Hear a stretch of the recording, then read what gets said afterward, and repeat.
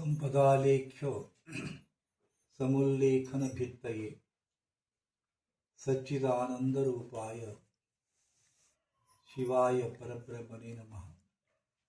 ಓಂ ಶಾಂತಿ ಶಾಂತಿ ಶಾಂತಿ.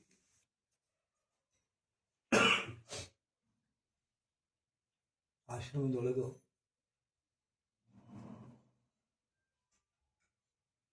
1961ರಿಂದ ಗುರುಗಳು ಕಲಿಸಲಿಕ್ಕೆ ಶುರು ಮಾಡ್ಯಾರ. ಆಶ್ರಮ 81ಕ್ಕೆ ಶುರು ಆಗಿದೆ. ಆವತ್ತಿನಿಂದ ಅನೂಚಾನವಾಗಿ ಸತತವಾಗಿ ಇಲ್ಲಿ ಕ್ಯಾಂಪ್ಗಳು ನಡೀತಾ ಬಂದವ. ಸುಮಾರು 6,000 ಕ್ಯಾಂಪ್ಗಳಾಗ್ಯಾವ.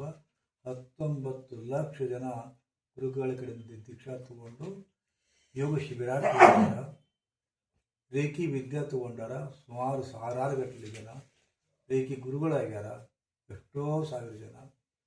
ಸೊ ಹೀಗೆ ಅನುಚಾನವಾಗಿ ನಡ್ಕೊಂಡು ಬಂದಂಥ ಅನೇಕ ಬೇರೆ ಬೇರೆ ಶಿಬಿರಗಳು. ಅಲ್ಲಿ ಚಿನ್ನಮಸ್ತ ಬಂತು, ರೇಖಿ ಬಂತು, ಶಾಂಭವಿ ಬಂತು, ಸಿದ್ಧ ಬಂತು, ಯಕ್ಷಿಣಿ, ಅಪ್ಸರ, ಈ ಥರ ಅನೇಕ ಶಿಬಿರಗಳನ್ನು ಮಾಡ್ತಾ ಬಂದಿದ್ದೀವಿ. ವಿರಳವಾಗಿ ಇದು ಒಂದು ಕೂಡ. ಇತ್ತೀಚೆಗೆ ಸುಮಾರು ಜನ ಇಲ್ಲಿ ಬಂದು ತಮ್ಮ ಅಳರನ್ನು ತೊಡ್ಕೊತಾರೆ. 1000 ಜನ ನನಗೆ ಆ ಕಷ್ಟದ ಈ ಕಷ್ಟದ, ಮನೆಯೊಳಗೆ ನನ್ನ ಮಕ್ಕಳು ಹಿಂಗೆ ಮಾಡ್ತಾರ, ಗಂಡ ಹಿಂಗದನ, ಹೆಂಡತಿ ಹಿಂಗದಳ. ಸೊ ನಾನು ಪದೇ ಪದೇ ವೈಯಕ್ತಿಕವಾಗಿ ಅವರು ಹೇಳ್ತಾ ಇದ್ದೆ. ಈಗ ಇತ್ತೀಚೆಗೆ ಏನು ಅನಿಸ್ತದ, ಪ್ರತಿಯೊಬ್ಬರಿಗೂ ಪ್ರತಿಯೊಂದು ಸಮಸ್ಯೆಗೂ ನಾನು ಹೇಳೋ ಬದ್ದಿ ಇಂಥದ್ದೊಂದು 2 ದಿನದ ಕ್ಯಾಂಪ್ ಮಾಡಿ ಅವರು ಏನೋ ಇದು ಮಾಡ್ತಾರಲ್ಲ, ಫೇಸ್ ಮಾಡಿರ್ತಾರಲ್ಲ, ಆ ಸಮಸ್ಯೆಗಳಿಗೆ ಇಲ್ಲೇ ಸ್ಪಾಟ್ನೊಳಗೆ ದೀಕ್ಷಾ ಕೊಟ್ಟು ಮಂತ್ರ ಕೊಡಬೇಕು ಅಂತ ತಿಳ್ಕೊಂಡ್ರು. ಯಾಕಂದರೆ ಎಲ್ಲರೂ ನೀವು ಫೋನ್ನಲ್ಲಿ ಕೇಳ್ಕೊತೀರಿ, ಗುರುಜಿ ನಮ್ಮ ಮಗಳಿಗೆ ಮಾತು ಕೇಳ್ತಾ ಇಲ್ಲ, ನಮ್ಮ ಮಗಳು ಯಾವನು ಕೂಡ ಓಡಿಗಳ, ಯಾವನು ಕೂಡ ಲೋ ಮಾಡ್ತಾಳ, ನಮ್ಗೆ ಹಿಡಿಸೋದಿಲ್ಲ, ಮತ್ತು ಎಡಗಂಟಾಗಳ, ನನ್ನ ಗಂಡ ಮತ್ತೊಬ್ಬರಿಗೆ ಕೂಡೋದಾನ, ಈ ಥರ ಫೋನ್ನಾಗ ಹೇಳ್ಕೊತಾರೆ. ಏನು ಮಾಡಲಿಕ್ಕೆ ಆಗುತ್ತೆ? ಅವ್ರು ಅಲ್ಲಿ, ನಾನು ಇಲ್ಲಿ. ಸೊ ಅದಕ್ಕಾಗಿ ಇವಾಗ ಈಗ ಶುರು ಮಾಡಿದ್ದೀವಿ ಇದನ್ನು. ಇದು ಸುಮ್ಮನೆ 2 ದಿವಸದ ಒಂದು ಸಣ್ಣ ಕ್ಯಾಂಪ್ ಇದು. ಆದರೆ ದೀರ್ಘಾವಧಿ ಕ್ಯಾಂಪು ಬೇರೆ ಅದು. ವಾರಕ್ಕೊಮ್ಮೆಯೋ 10 ದಿವಸಕ್ಕೊಮ್ಮೆ ಅವ್ರನ್ನ ಬರ್ತಾರೆ ಜನ, ಬಂದು ಅವ್ರಿಗೆ ದೀಕ್ಷೆ ಕೊಡ್ತೀವಿ. ಅವರು ಅನೇಕ ದಿನಗಳ ಸಾಧನೆ ಮಾಡ್ಕೊಂಡು ಬಂದು ಮತ್ತೆ ಬರ್ತಾರೆ, ಮತ್ತೆ ದೀಕ್ಷೆ ಕೊಡ್ತೀವಿ. ಈಗ ವರ್ಷಾಂಗಟ್ಟಲೆ ಇದು ಕೊಡ್ತಕ್ಕಂಥ ಒಂದು ದೀಕ್ಷಾ ಕಾರ್ಯಕ್ರಮ ಮತ್ತು ಟ್ರೈನಿಂಗ್ ಇದು. ಹೀಗೆ ನಡೆದಿರಬೇಕಾದ್ರೆ ಬೆಂಗಳೂರಲ್ಲಿ ಆದಮೇಲೆ ಇಲ್ಲೂ ಕೂಡ ಒಂದು ಕ್ಯಾಂಪ್ ಮಾಡಿದಂತ ಕೆಲವು ಮಂದಿ ಕೇಳಿಕೊಂಡ್ರು. ಈ ಕ್ಯಾಂಪ್ ಆಗ್ತಾ ಇದೆ. ಡಾಕ್ಟರ್ ಮಾದೇವಿ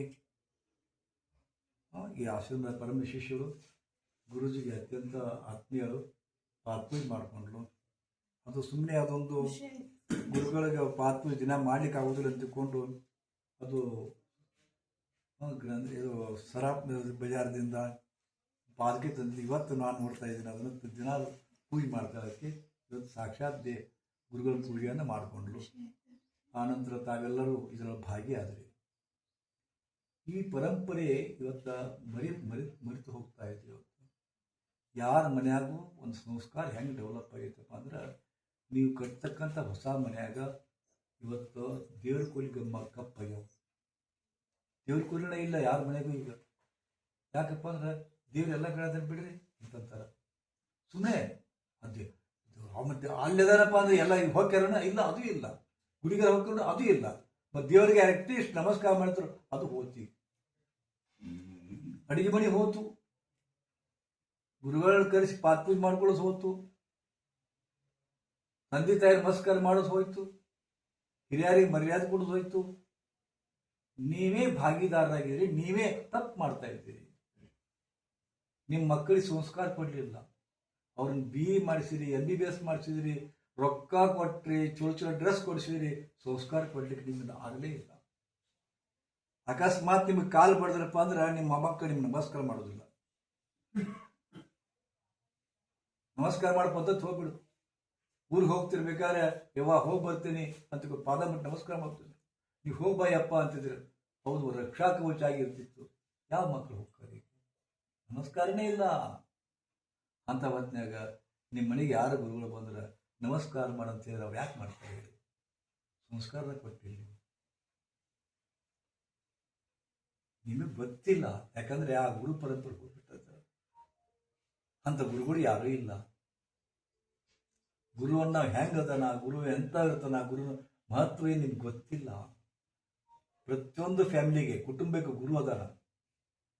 ಒಬ್ಬ ದೇವತೆ ಅಲ್ಲ, ಒಬ್ಬ ಗುರು ಅದ. ಎಷ್ಟೋ ಇವತ್ತಿನ ಮಂದಿಗೆ ನಮ್ಮಲ್ಲಿ ಬಂದು ಗುರುಗಳ ನಮ್ದು ಹಿಂಗ ನಮ್ಮ ಹಿರಿಯರು ಇಲ್ಲ, ಆದ್ರೆ ನಮ್ಮ ಕುಟುಂಬದ ದೇವತೆ ಯಾರನ್ನು ಗೊತ್ತಾಗಬಾರ್ದು, ಮನೆ ದೇವ್ರು ಯಾವ್ದನ್ನು ಗೊತ್ತಾಗೋದಿಲ್ಲ. ಹೇಳ್ತೀರಿ ನಂತರ ಅವ್ರ ಮನೆ ದೇವ್ರು ಎಲ್ಲೋ ಅದರ, ಅವರು ಚಿತ್ರದುರ್ಗ ಅಲ್ಲಿ ಹೋಗಿಲ್ಲೋ ಸಾಣೆಹಳ್ಳಿ, ನಮ್ಮ ಮನೆ ದೇವ್ರು ಯಾವ್ದು ನಮ್ಗೆ ಗೊತ್ತಾಗ್ತಾರೆ, ಕನ್ಫ್ಯೂಷನ್ ಇಲ್ಲದೀವಿ. ಹೇಳ್ತೀರಿ ನಂತರ ನಿಮ್ಮ ಮನೆ ದೇವರನ್ನ ಫೈಂಡ್ ಔಟ್ ಮಾಡ್ಕೊಳ್ಳೋದು ತಂತ್ರನೂ ಅದ. ಆ್ಯಕ್ಚುಲಿ ನಾವು ಹೇಳ್ತೀವಿ, ಅವಾಗ ಆ ದೇವ್ರಿಗೆ ಹೋಗಿ ಬರ್ತಾರೆ. ಇವತ್ತು ನಿಮಗೆ ಬರ್ತಕ್ಕಂಥ ಸಂಕಟದೊಳಗೆ ನೀವು ನಿಮ್ಮ ಕುಲದೇವತೆಯನ್ನು ಮರೆತಿದ್ದು, ಅನೂಚಾನವಾಗಿ ನಡ್ಕೊಂಡು ಬಂದ ಪರಂಪರೆಯನ್ನು ಮುರಿದದ್ದು, ನಿಮ್ಮ ಹಿರಿಯರ ಪರಂಪರೆ ಬಂದಿತ್ತದು, ನೀವು ಕಟ್ ಮಾಡಿದಿರಿ. ಯಾಕಪ್ಪ ಅದು ಹಿರಿಯರು ಶ್ರಮವಹಿಸಿ ದುಡಿತಿದ್ರಿ, ಈಗ ಶ್ರಮವಹಿಸಿ ದುಡಿದು ಹೋತು, ಆರಾಮಾಗಿ ಕಾಲ ಕಳೆಯಕತ್ತೀರಿ, ಸೊಕ್ಕು ಬಂತು ನಿಮಗೆ, ಅಧಿಕಾರದ ಶ್ರೀಮಂತಿಕೆದ, ಹೀಗಾಗಿ ಸೊಕ್ಕು ಬಂತು, ಎಲ್ಲ ಮರ್ಕೊಂತ ಹೊಂಟಿರಿ. ಇದೇನು ಬಿಡು ಅಂತ ತಿಳ್ಕೊಂಡ್ರು. ಆದರೆ ಪರಂಪರೆಯನ್ನು ಮುಂದುವರಿಸ್ಕೊಂಡು ಹೋಗದೆ ಇದ್ರೆ ಪತನ ಕೇಳ್ತೀರಿ ನೀವು. ಅಟ್ಲೀಸ್ಟ್ ನೀವು ಬಿಡ್ರಿ, ನಿಮ್ಮ ಮಕ್ಕಳಿಗೋಸ್ಕರ ನೀವು ಮಾಡಿರಿ. ಇದನ್ನು ಗುರುಗಳಿಗೆ ಕಿಮ್ಮತ್ ಕೊಡೋದು ಕಲಿಸ್ರಿ, ಗುರುಗಳಿಗೆ ಪಾದಪೂಜೆ ಮಾಡೋದು ಕಲಿಸ್ರಿ, ಗುರುಗಳಿಗೆ ನಮಸ್ಕಾರ ಮಾಡೋದು ಕಲಿಸ್ರಿ, ದೇವರಿಗೆ ನಮಸ್ಕಾರ ಮಾಡೋದು ಕಲಿಸ್ರಿ, ಹಿರಿಯರಿಗೆ ಗೌರವ ಕೊಡೋದು ಕಲಿಸ್ರಿ. ಇದು ಇರ್ಲಿಕ್ಕಂದ್ರೆ ಅವ್ರು ಏನಿದ್ರಿ ಸುಡ್ಗಾಡೋದು ಅಂತ ಮನೆ ಸುಡ್ಗಾಡೋದು. ಆ್ಯಕ್ಚುಲಿ ಹೇಳಬೇಕಂದ್ರೆ ಯಾವುದು ಪರಂಪರೆ ಇಲ್ಲ ಆ ಮನೆ ಮಶಾನ, ಸುಮ್ಮನೆ ಹೆಸರಿಗದು. ಅದಕ್ಕೆ ಯಾವ ಮನೆಗೂ ಸುಖ ಇಲ್ಲ. ರಾವಾಗ್ತದೆ ಮನೆ. ಎಷ್ಟೋ ಮಂದಿ ಬಂದು ನಮ್ಮ ಮನೆಯಾಗ ಕುಂತ್ರೆ ಎದ್ದು ಓಡ್ಬೇಕು ಅನ್ಸುತ್ತೆ ಅಂತಾರೆ. ಇದು ಸಂಬಂಧ. ಎಷ್ಟೋ ಮಂದಿ ಮನ್ಯಾಗ ಹೋಗ್ಬೇಕಾರೆ ಆ ಮನ್ಯಾಗ ಹೋದ್ರಪ್ಪ ಅಂದ್ರೆ ಟೈಮ್ ಪಾಸ್ ಆಗೋದಿಲ್ಲ, ಕೂಡ್ಬೇಕು ಅನ್ಸೋದಿಲ್ಲ, ಎದ್ದು ಓಡ್ಬೇಕು ಅನ್ಸುತ್ತೆ. ಅದು ಸುಖ ಇಲ್ಲ, ನೆಮ್ಮದಿ ಇಲ್ಲ, ಕಿರಿ ಕಿರಿ ಕಿರಿ ಕಿರಿ ಕಿರಿ ಕಿರಿ ಕಿರಿ ಸದಾ ಮನಸ್ಸಿನಾಗ ಕಿರಿಕಿರಿ. ಏನಾರ ಒಂದು ಹತ್ತು ತಿಳ್ಕೊಳ್ಳೋದು, ಅಳೋದು, ಸಿಟ್ಟಿಗಳೋದು, ಅನವಶ್ಯಕ ಸಿಟ್ಟಿಗಳೋದು, ಅನವಶ್ಯಕ ಹೊಡೆಯೋದು, ಮಕ್ಕಳಿಗೆ ಅನವಶ್ಯಕ ಅವ್ರ ಮೇಲೆ ಬೇಕಾಗಬೇಕಿದ್ದು, ಇವೆಲ್ಲ ಶುರು ಆಗ್ತಾವೆ ಬಿಕಾಸ್ ಆಫ್ ನೆಗೆಟಿವಿಟಿ. ಯಾವ ಮನ್ಯಾಗ ಪಾದಪೂಜೆ ಆಗೋದಿಲ್ಲ, ಯಾವ ಮನ್ಯಾಗ ದೇವರ ಇದು ಇರೋದಿಲ್ಲ, ಆ ಮನ್ಯಾಗ ಸತ್ಯವಾಗ್ಲೂ ಹೇಳ್ತೀನಿ ನಿಷೇಧಾತ್ಮಕ ಹೆಟ್ಟು ಡೆವಲಪ್ ಆಗೋದು. ಯಾವ ಮನೆಯಾಗ ರಂಗೋಲಿ ಹಾಕೋದಿಲ್ಲ, ಯಾವ ಮನೆ ಒರೆಸೋದಿಲ್ಲ, ಯಾವ ಮನೆ ಗುರುಗಳ ಬಗ್ಗೆ ಭಯ ಭಕ್ತಿ ಇರೋದಿಲ್ಲ, ಆ ಮನೆ ಸುಮ್ಮನೆ ಹೆಸರಿ ಮನೆ, ಏನು ಸುಖ ಆಯಿತು. ಆದ ಕಾರಣ ಇಂಥೊಂದು ಪರಂಪರೆಯನ್ನು ಈಗ ನೋಡಿ ಪಾದಪೂಜೆ ಮಾಡಿಕೊಂಡ್ರು, ನೀವು ಭಾಗಿಯಾದರೆ, ನಾನು ದೊಡ್ಡವಾಗಲಿಲ್ಲ, ನೀವು ಪಾದಪೂಜೆ ಮಾಡಿಕೊಂಡದ್ದು ಈ ದೇಹಕ್ಕಲ್ಲ, ನನ್ನೊಳಗೆ ಜ್ಞಾನಕ್ಕೆ. ಗುರುಗಳ ಹತ್ರ ಅಪಾರ ಜ್ಞಾನ ಅದ, ಅಪಾರ ಅಲ್ಲ, ಇಂಥ ಗುರುಗಳು ಸಿಗೋದು ಅಪರೂಪ ಇವತ್ತು. ಹೌದಾ? 64 ವರ್ಷ ಆಯ್ತು ಕಲ್ಸಾಗೈತೆ ನಾನು.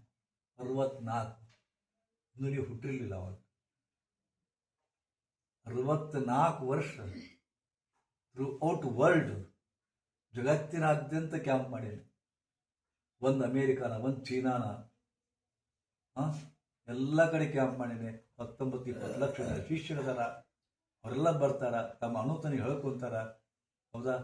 ಆ ನಂತರ ಒಂದು ಕ್ಯಾಂಪ, ಎಲ್ಲ ಬರೀ ಒಂದು ಕ್ಯಾಂಪ್ ನೋಡ್ತೀರಿ. ಇಲ್ಲಿ ತಂತ್ರ ಕ್ಯಾಂಪು, ಆ ಕ್ಯಾಂಪು, ಈ ಕ್ಯಾಂಪು, ಎಷ್ಟು ಗುರುಗಳು ಅಷ್ಟು ವಿದ್ಯೆ ಕಲ್ತಾರ.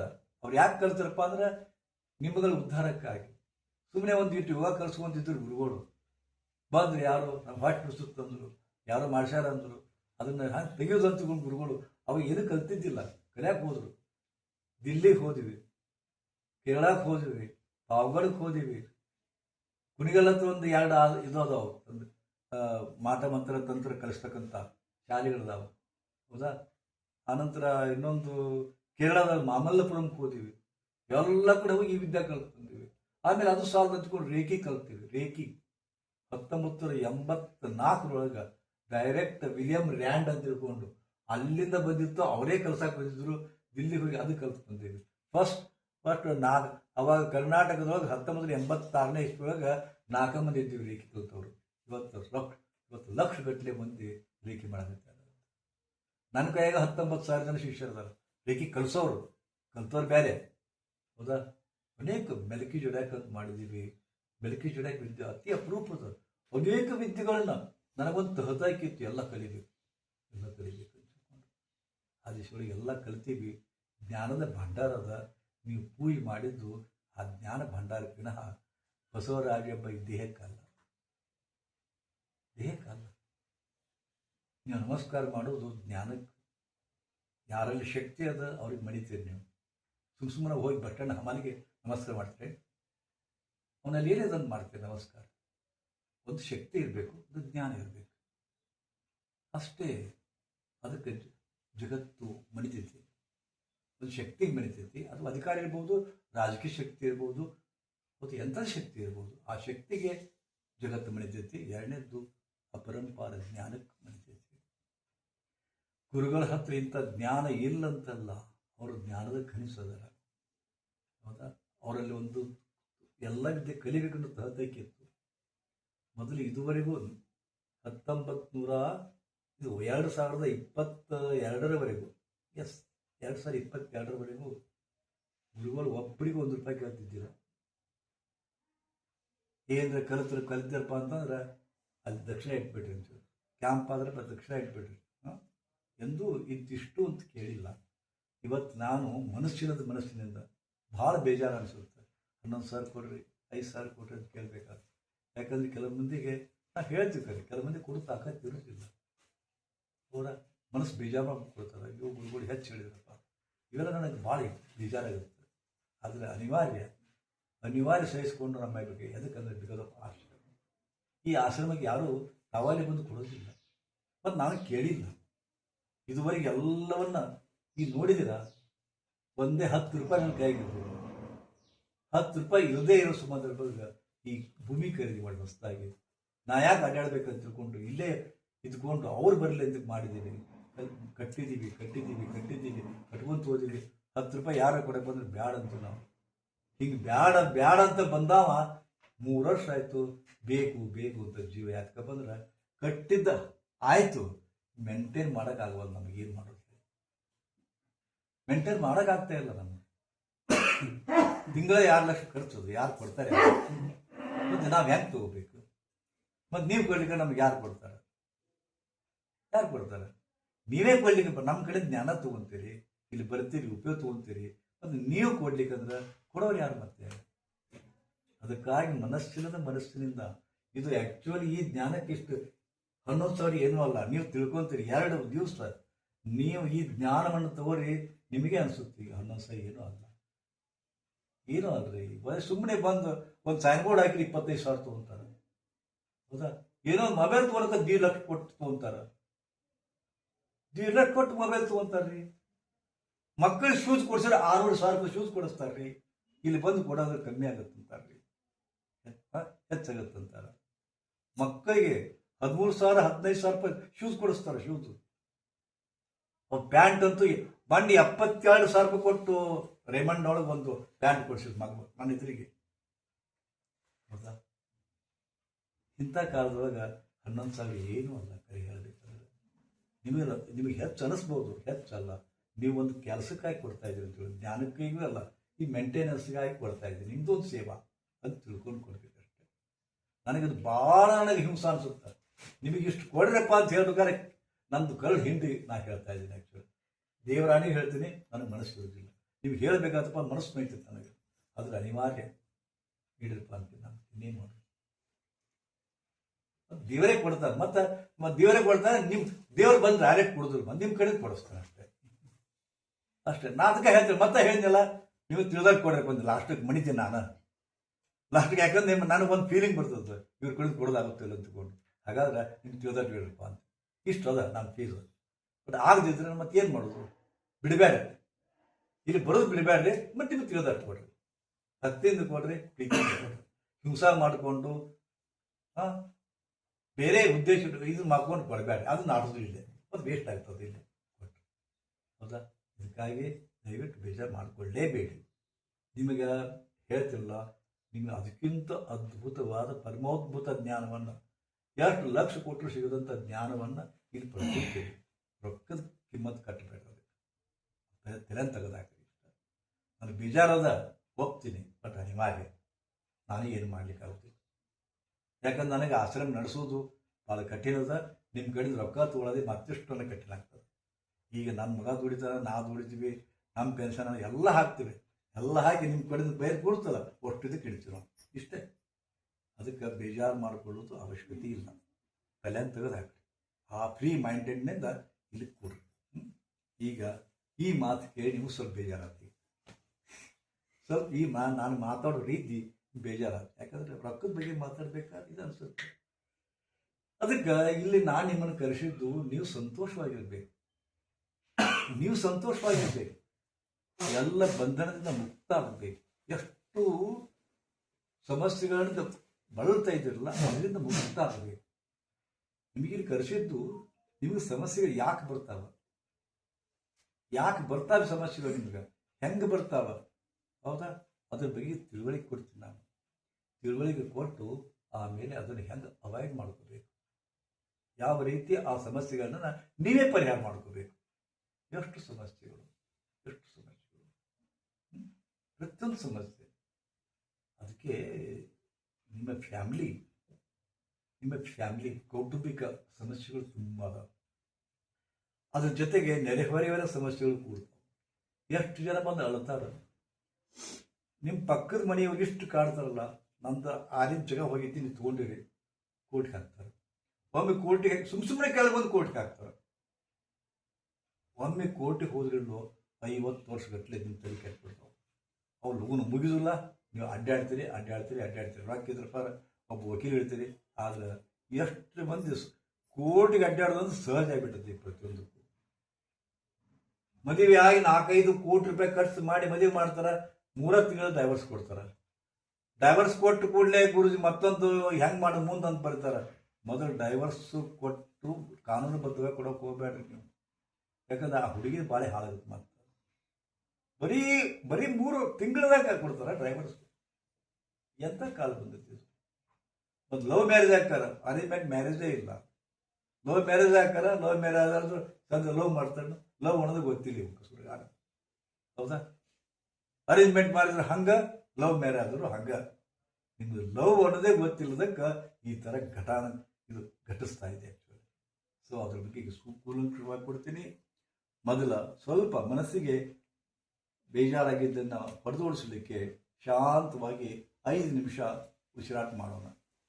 ಒಂದು ತಿಳ್ಕೊಳ್ಳಿ, ಯಾವಾಗ ಮನಸ್ಸಿಗೆ ನಿಮ್ಗೆ ಬೇಜಾರಾಗುತ್ತೋ ಅತ್ಯಂತ ಬೆಸ್ಟಪ್ಪ ಅಂದರೆ ಪರಮಾತ್ಮನ ಸನ್ನಿಧಾನಕ್ಕೆ ಹೋಗೋದು.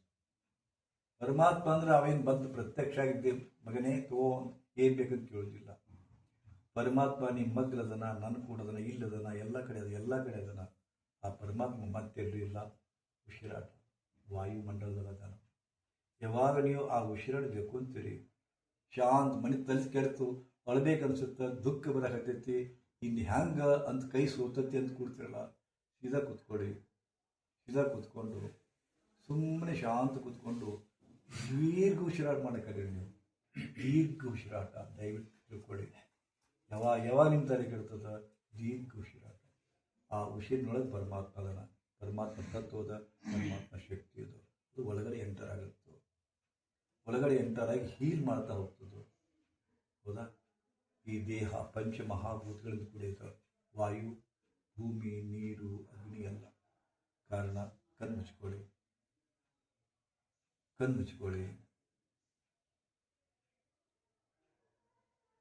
ಉಸಿರು ಮಾಡ್ತಾ ಹೋಗಿ, ಉಸಿರು ತೋಳ್ತಾ ಹೋಗಿ.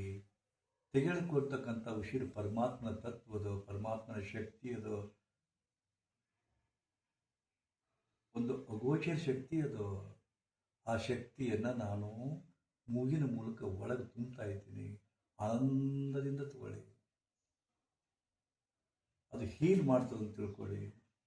ನಿಮ್ಮ ಒಳಗೆ ಹೋಗಿ ಇಡೀ ದೇಹವನ್ನು ಹೀಲ್ ಮಾಡ್ತದೋ, ಇಡೀ ದೇಹವನ್ನು ಹೀಲ್ ಮಾಡ್ತದದು ಅಂತ ತಿಳ್ಕೊಳ್ಳಿ.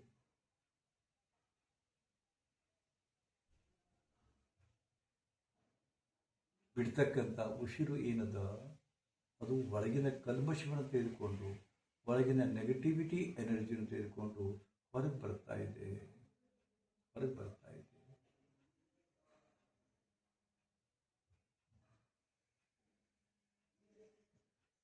ಹಾಗೆ ಭಾವಿಸಿ. ಯದ್ಭಾವಂ ತದ್ಭವತಿ ಅಂತಾರ. ನೀವೇನು ಭಾವಿಸ್ತೀರಿ ಅದೇ ಆಗ್ತದೆ. ತೆಗೆದುಕೊಳ್ಳೋ ಉಸಿರು ಪರಮಾತ್ಮನ ಶಕ್ತಿಯನ್ನೇ ತಗೊಳ್ತಾ ಇದ್ದೀನಿ ಅನ್ನೋ ಭಾವದಿಂದ ತಗೊಳ್ಳಿ. ಬಿಡ್ತಕ್ಕಂಥ ಉಸಿರು ಒಂದು ನೆಗೆಟಿವ್ ಪವರನ್ನು ಹೊರಗೆ ಬಿಡ್ತಾ ಇದ್ದೀನಿ ಅಂತ ತಿಳ್ಕೊಳ್ಳಿ. ಆಳವಾಗಿ ತಗೊಳ್ತಾ ಹೋಗಿ, ಆಳವಾಗಿ ಬಿಡ್ತಾ ಹೋಗಿ.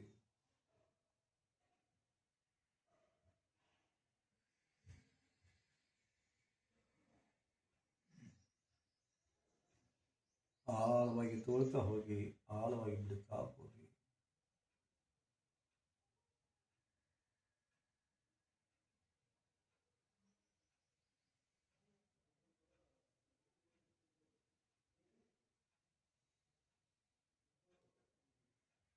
ಉಸಿರು ಕೂಡ ನಿಮ್ಮ ಮನಸ್ಸು ಮಿಳಿತ ಆಗಲಿ, ಮಿಕ್ಸ್ ಆಗಲಿ. ಬೇರೆ ಏನೋ ಹೊರಗಿನ ಭಾಗ ಗೊತ್ತಾಗಬಾರ್ದು, ಜಗತ್ತು ಗೊತ್ತಾಗಬಾರ್ದು. ಆಳ ಉಸಿರಾಟ, ಆಳ ಉಸಿರಾಟ.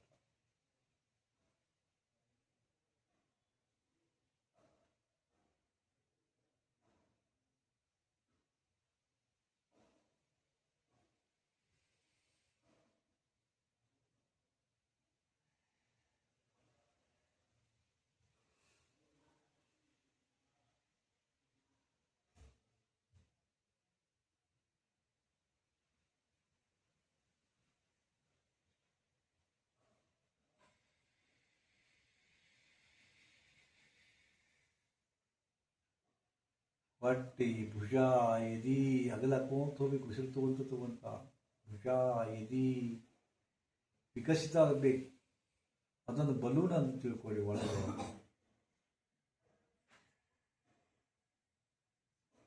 ಬಲೂನ್ ಅಂತ ತಗೊಳ್ಳಿ. ಆಳವಾಗಿ ತುಂಬ್ರಿ, ಆಳವಾಗಿ ಬಿಡಿ, ಆಳವಾಗಿ ತುಂಬಿ.